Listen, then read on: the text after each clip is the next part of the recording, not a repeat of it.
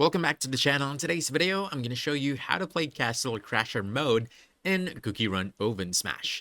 And by the way, just a quick heads up, the game isn't available here yet and to some regions until the 23rd of April. So this is a guide to help you get ready early.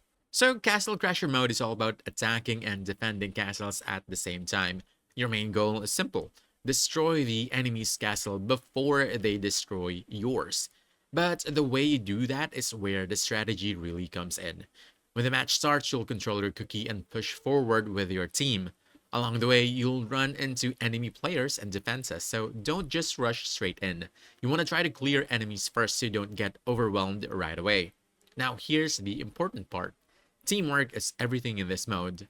You don't want to play solo too much. You want to stick with your teammates when pushing so you can deal more damage and survive longer during fights. And as you get closer to the enemy castle, you want to focus your attacks on it whenever there's an opening. But at the same time, don't forget about your own base. If the enemy team is pushing hard, you'll need to fall back and defend, or you might lose the game quickly. Another key tip is to manage your skills properly.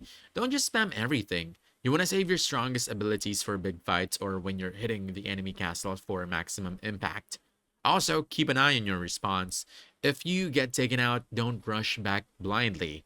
You want to regroup with your team and go for a coordinated push instead of going in one by one.